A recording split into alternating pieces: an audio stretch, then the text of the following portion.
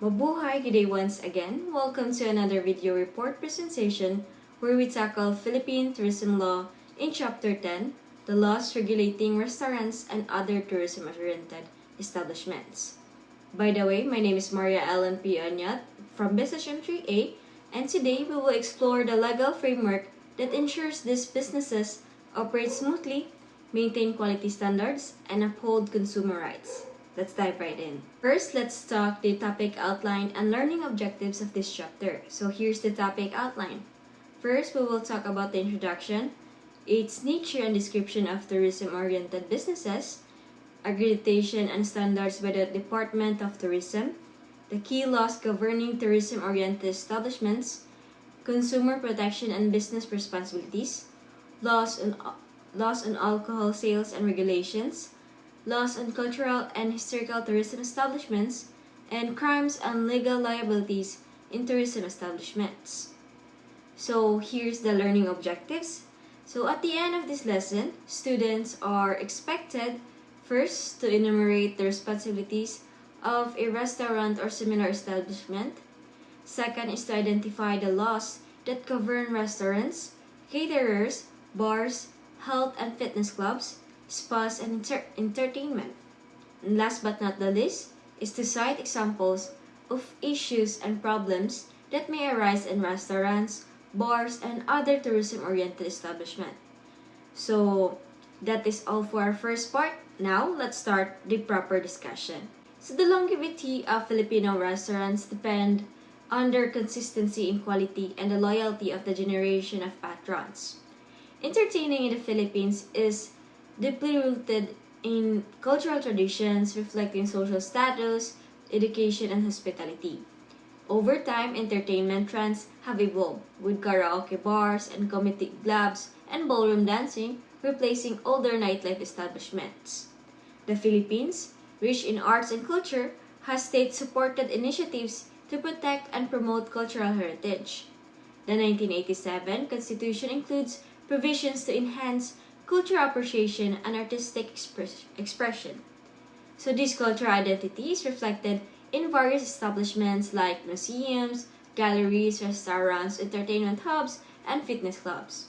So this chapter also highlights laws regulating restaurants and tourism-related businesses, ensuring they continue to the preservation and growth of Filipino culture. Alright, so let's proceed to the nature and description of the businesses. So in this section, we will talk about the establishments related to tourism-oriented businesses or establishments. So first thing is this restaurant. So restaurant is an establishment offering to the public refreshments and or meals. Bars and pubs may also be classified under this generic category. We also have a department store, in which it is a store that sells or carries several lines of merchandise and that is organized into separate sections for the purpose of promotion, service, accounting, and control. We also have a shop. It is a small retail establishment offering a line of goods or services. We also have the sports and recreational club or center. It is any establishments offering sports and recreational facilities to tourists and to the general public, such as like gyms, clubs, dance studios, theme parks, cinemas, theaters, and concert halls falls under this category. We also have the museum. It is an institutional establishment where a collection of valuable objects and artifacts on history and culture, arts, and sciences are put on exhibition for the general public. First is the restaurant. So, restaurants are more than just places to eat. They offer comfort, culture, and quality service. Every good restaurant must have a clean and well-maintained dining area, high-quality cuisine, and a well-trained staff. Hygiene is essential from the kitchen to the table setup, and restaurants should also ensure proper ventilation, fire safety, and pest control to maintain a high standard of service.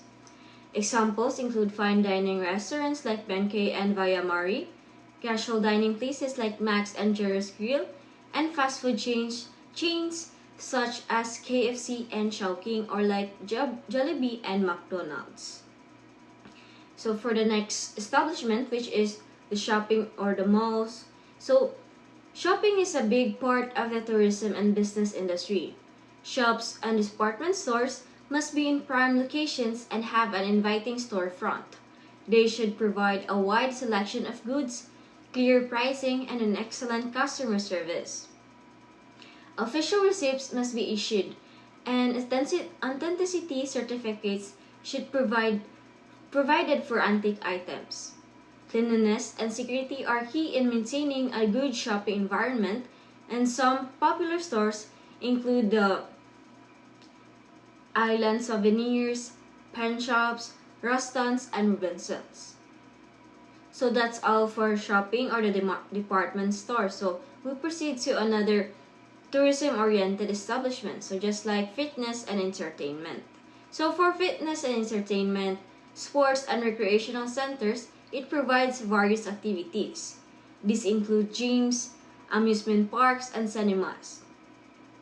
Such facilities must have secure parking, proper security, and a welcoming reception.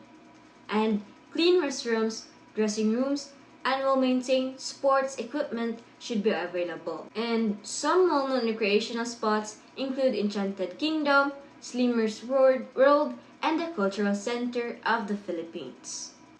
And now we will talk about the museums. So, museums preserve history, culture, and knowledge. They must have well-organized exhibits, a library, and an auditorium for public events. Security is crucial to protect valuable artifacts, and well-maintained restrooms and reception areas ensure a comfortable experience for visitors. Some of the most famous museums in the Philippines include the National Museum, Ayala Museum, and San Agustin Museum. So now we will proceed at the karaoke bars. So karaoke bars are a favorite entertainment venue for all Filipinos and tourists alike. These establishments must have a well-maintained lounge, high-quality audio-visual systems, and an inviting atmosphere. Food and beverage should be served efficiently, and hygiene must be a top priority also. Security measures and fire safety protocols must also be in place. Some popular karaoke bars include Music 21 and the Library in Manila. So now, let's talk about the art galleries. So art galleries serve as platforms for cultural expression. They should have a well-maintained space, proper lighting, and security to protect artworks. So a knowledgeable staff and curator should be present to guide visitors. Galleries must also maintain a guest registry to track visitors and events. Some notable galleries in the Philippines include the Ateneo Art Gallery, the CCP Main Gallery, and the Hiraya Gallery. And for our next topic, or the next tourism-oriented establishments, are the tertiary hospitals and the spas. Now let's talk about the tertiary hospitals. So tertiary hospitals for medical tourism must meet high international standards. They provide state-of-the-art medical facilities, comfortable accommodation, and excellent patient care. These hospitals are centrally located and accessible, featuring well-equipped rooms with 24-hour services such as hot and cold water, television, and international call services. The front office should offer concierge assistance, foreign exchange, and business services. And also, housekeeping must ensure high-quality linens, cleanliness, and sanitation, while food and beverage services should maintain a well-furnished restaurant and trained kitchen staff. Engineering and maintenance include proper ventilation lighting, emergency power, and waste disposal management. Security parking and computerized billing are essential to ensure smooth operations also. Moreover, hospitals must have multilingual staff to assist international patients.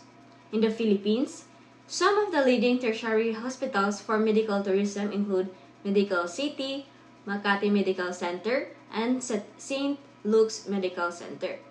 So that's all for the tertiary hospital, and now let's move on to the wellness sector, and which is the spas.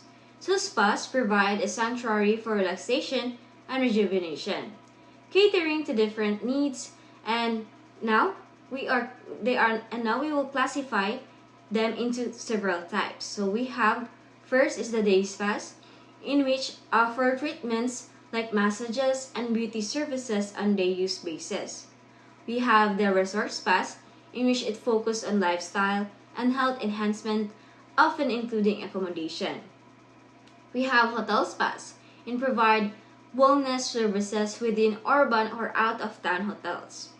We also have the cruise spas, in which it operates on board luxury cruise ships. We also have the club spas, in which focuses on fitness while offering professional spa services. We have the wellness centers, in which it integrates diet, exercise, relaxation, and healing. And we also have rehabilitation centers. It helps individuals recover from accidents or medical conditions. And last but not the least are the hotel spas. It combines medical care with alternative healing methods. So each spa must have a clean, safe, and relaxing environment, complete with separate male and female treatment areas, showers, and changing rooms. Services include massages such as Swedish, shiatsu, Thai reflexology, and aromatherapy, along with steam baths, saunas, and body treatments.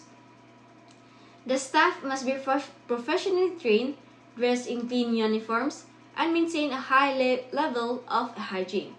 And additionally, spas should follow sanitation standards under the Sanitation Code of 1976, in which it operates as no smoking zones and provide first aid and facilities for disabled guests. So as we've seen, these establishments are essential not only for economic growth but also for cultural preservation and tourism. Each business type has its own unique requirements to ensure quality service, security, and customer satisfaction. Whether you're dining in a restaurant, shopping in a mall, enjoying a theme park, or visiting a museum, these businesses shape our everyday experiences. So now, let's move on to another topic. So here's our new topic, which is the laws governing casinos and gaming establishments. So, the laws governing casinos and gaming establishments in the Philippines aim to regulate and control all games of chance through a centralized authority. This ensures that the gaming operations contribute to national development while preventing illegal activities.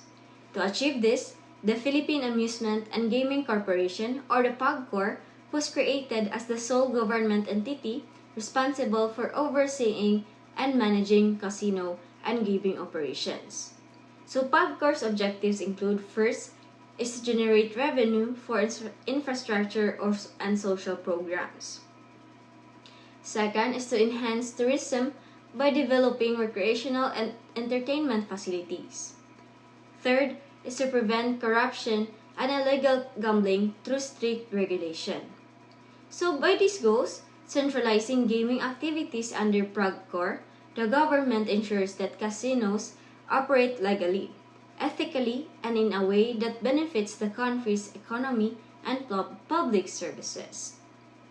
So, at this juncture of this video, we will discuss the laws governing casinos and gaming establishments in the Philippines, with a focus on the role of the Philippine Amusement and Gaming Corporation, or PAGCOR.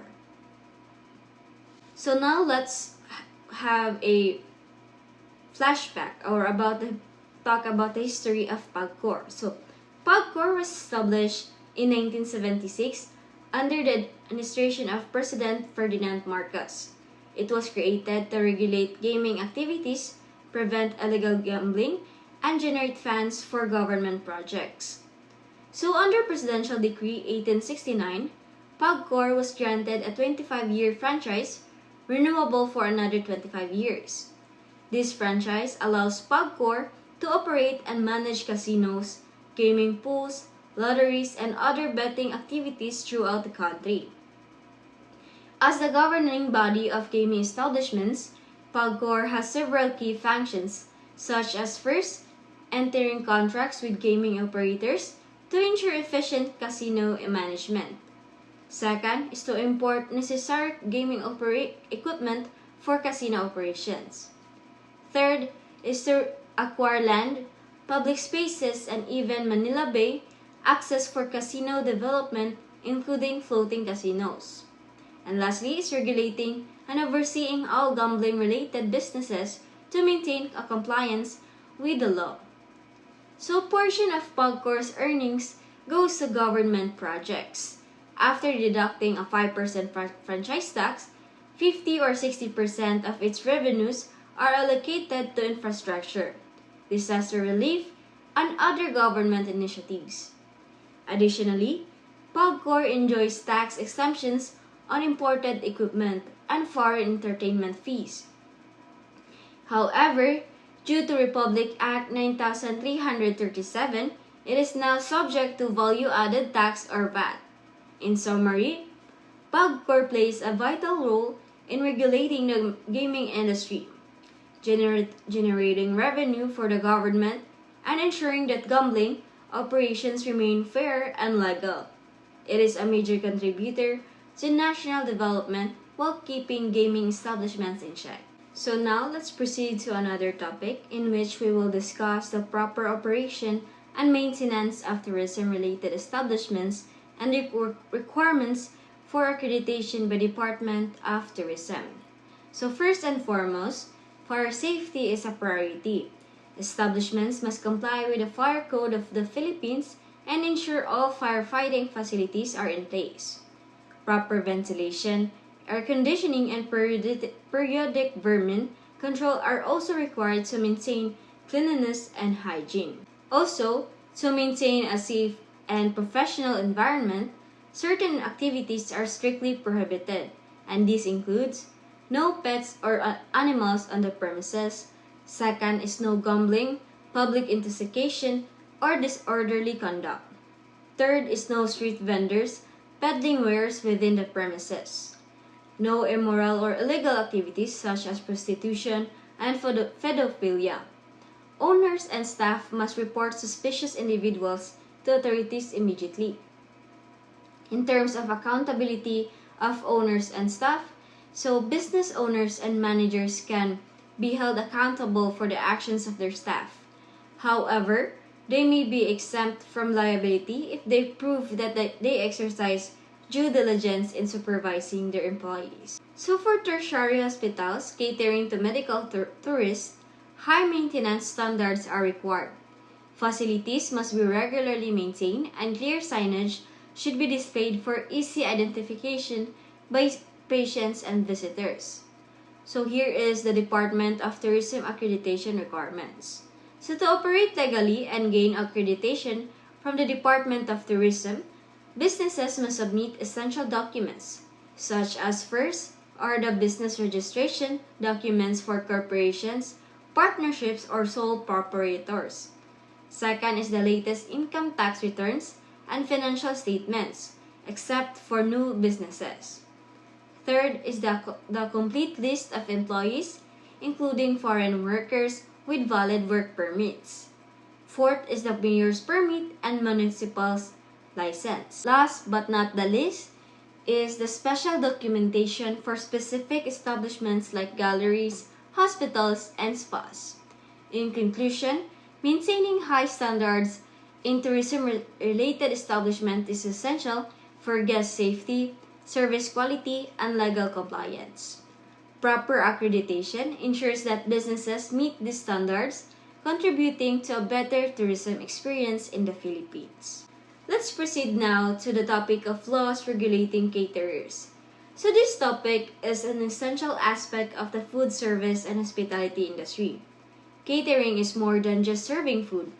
It involves business management, events planning, and compliance with legal requirements. So now, what is a caterer?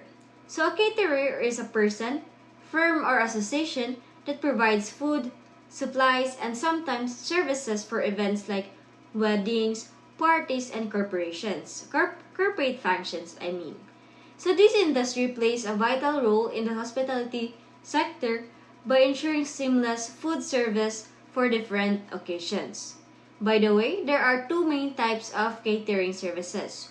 We have the on-premise catering and the off-premise catering. So, on-premise catering, this means that the caterer owns a banquet hall with an attached kitchen or production area in which where food is prepared and served at the same location.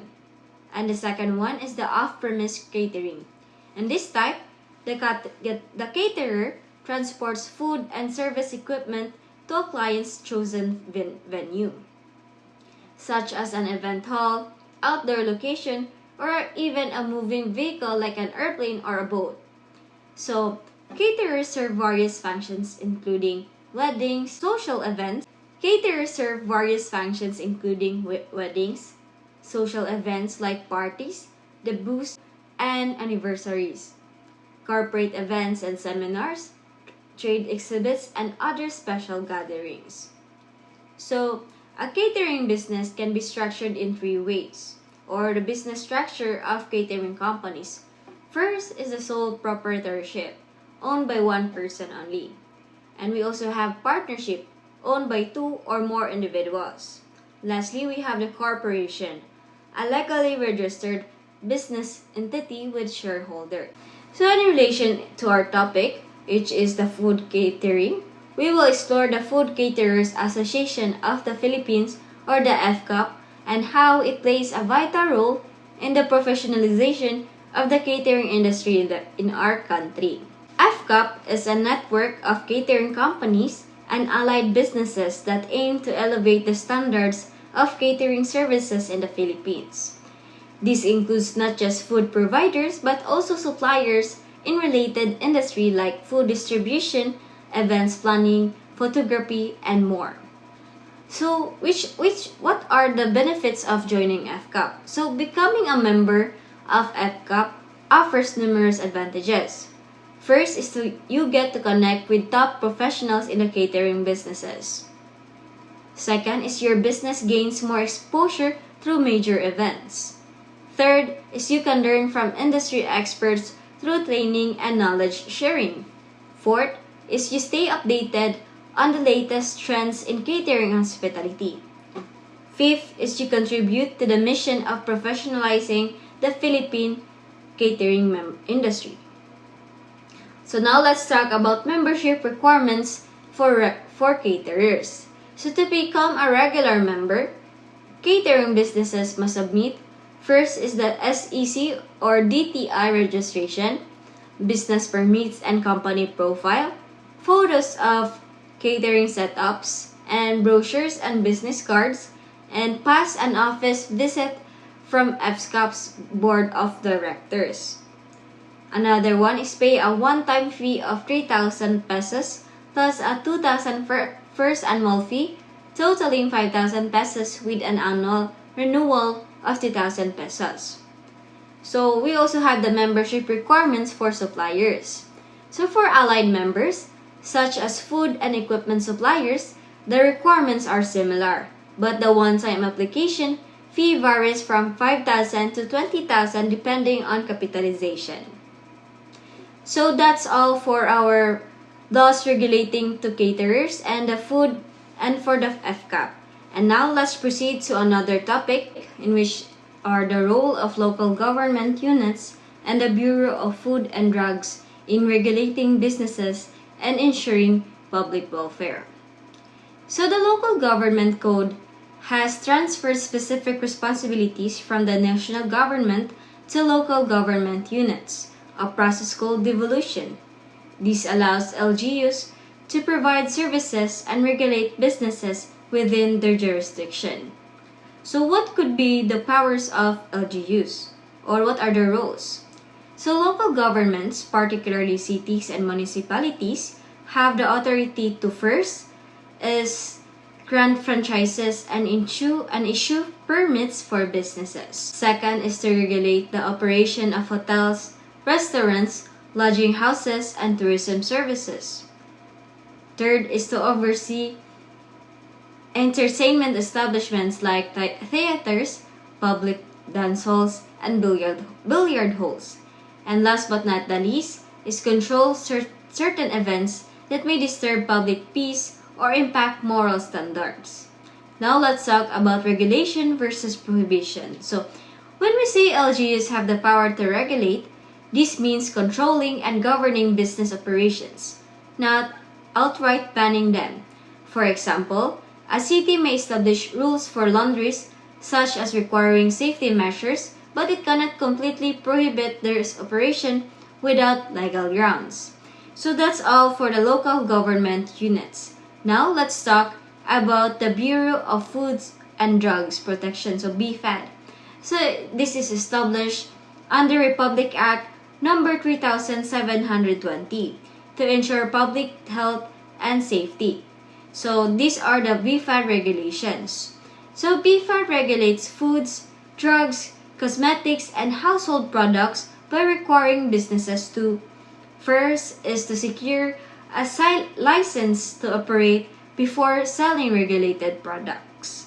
Second is to ensure their products have BFAD product registration numbers on the label.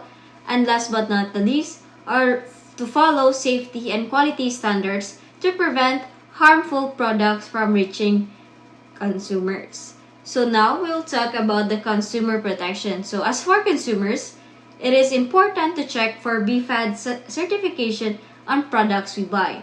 If a product lacks a license to operate or a BFAD registration number, it may be illegal or unsafe. So in summary, LGUs play a crucial role in regulating businesses and entertainment establishments, while BFAD ensures that the safety of food and health products in the market. So these regulations protect public welfare and promote responsible business practices. So that's all for the LGUs and the BFAD. So today, or at this juncture of this video, we'll discuss the Retail Trade Liberalization Act of 2000 and how it has shaped the Philippine retail industry. So in 2000, the Retail Trade Liberalization Act was passed to encourage investment and competition in the retail sector. This law repealed in the Retail Trade Nationalization Law and allowed foreign businesses to participate in retail trade under certain conditions. So the question now is, what is the definition of retail trade? So the law defines retail trade as the sale of goods directly to consumers for personal or household use. However, restaurants within hotels are not covered by this law. Who can engage in retail trade? So there are 4 categories of retail enterprises under the Act. So we have the Category A, in which businesses with capital below $2.5 billion reserved for Filipinos. We also have the Category B, the capital between $2.5 billion and $7.5 million, open to foreigners with restrictions until 2002. We have the Category C, the capital above 7.5 million, wholly foreign-owned allowed, and the Category D, the luxury retailers or jewelry designer brands or electronics with at least $250,000 per store, wholly foreign-owned allowed.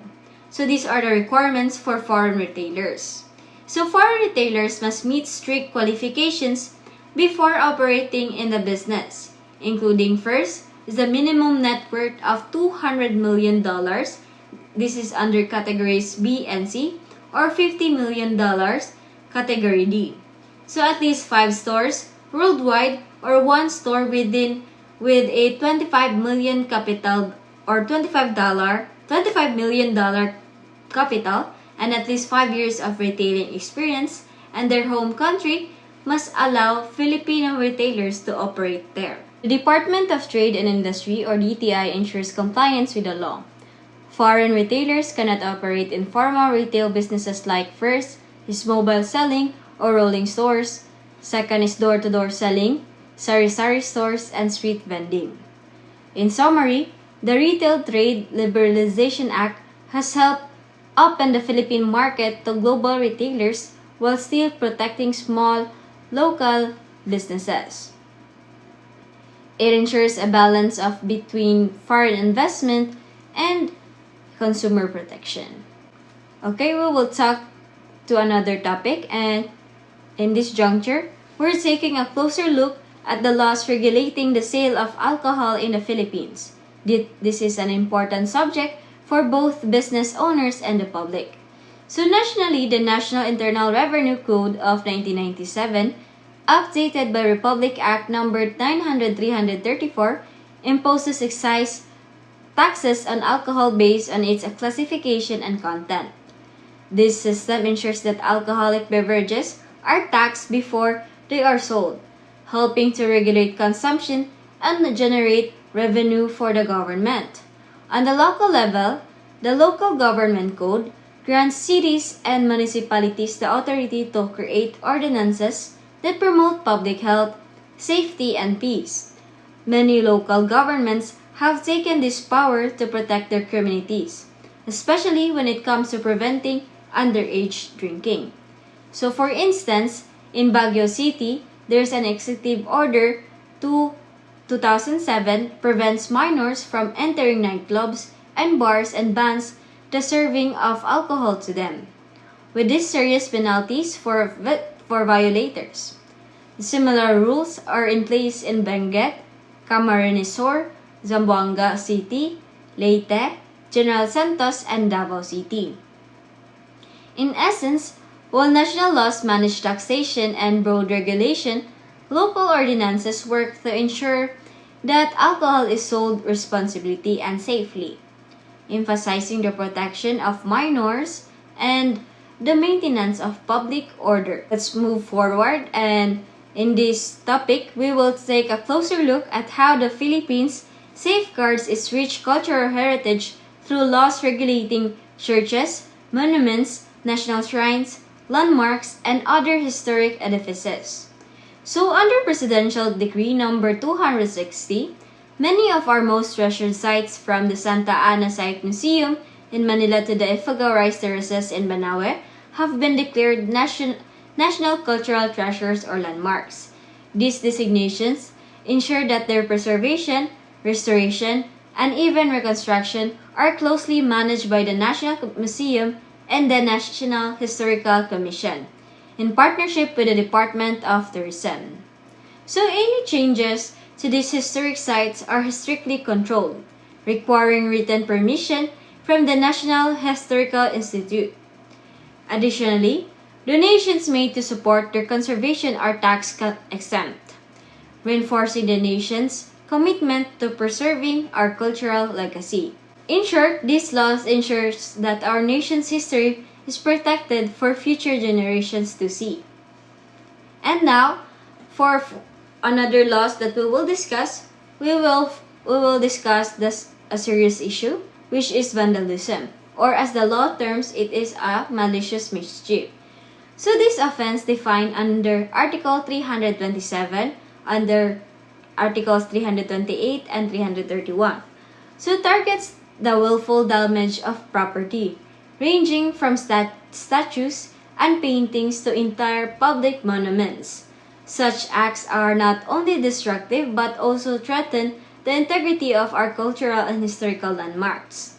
So vandalism is often carried out by individuals acting on impulse, anger, or even a misguided sense of thrill.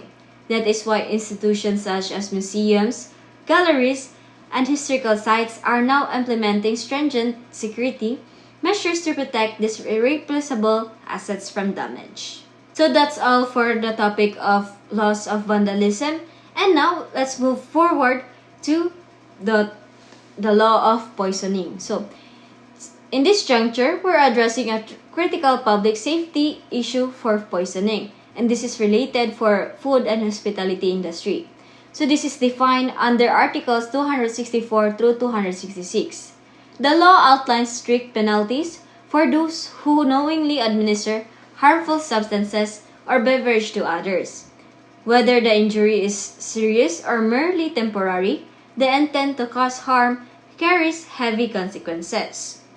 Particularly in establishments like restaurants and bars, adherence to rigorous safety standards is essential. When employees or operators fail to comply with these regulations, the consequences can be dire, not only causing severe injuries but, in extreme cases, even leading to homicide charges if a death occurs. So, the laws on poisoning are in place to protect consumers and ensure that our food and beverage sectors remain safe, and strict enforcement is the key. And any breach of these standards will severe legal actions. So that's all for the topic poisoning, and in this juncture of this video, we will talk our last topic of this chapter, which is the theft. So in this juncture, we will examine the laws on theft. It is a crime defined by Articles 308, 310, and 311. Theft involves the unlawful taking of another person's property committed with the intent to gain, and is particularly serious when done with a breach of trust. In tourism establishments, theft can be an internal threat where employees may misuse their access to company property. The law takes into account the value and nature of the stolen items, as well as the circumstances that motivated the act, prescribing stricter penalties for qualified theft and for cases involving national institutions like the National Museum. So, effective measures and strict adherence to these laws are essential to protect both personal and institutional property. By understanding the legal implications, businesses can better safeguard their assets and maintain public trust. Alright, that's all for this chapter. I hope you learned something, but before I end this discussion or this video presentation, I will leave you a quote, an inspirational quote to ponder upon. And this is from Dwayne Johnson, in which success isn't always about greatness. It's about consistency. Consistent, hard work gains success. So with this quote, Dwayne Johnson's quote reminds me that success isn't just about big achievements or fame. It's about showing up and putting in the work every day. Consistency is what builds real success over time. Even small efforts, when done regularly, can lead to significant results. This mindset is especially important in hospitality and tourism, where excellent service and guest satisfaction rely on continuous effort and dedication. And success doesn't happen overnight. It's earned through persistence and commitment. Alright? So that's all for this chapter, and I hope you learned something from me. And again, my name is Maria LNP Onyot of BSSGen 3A, and see you on our next videos.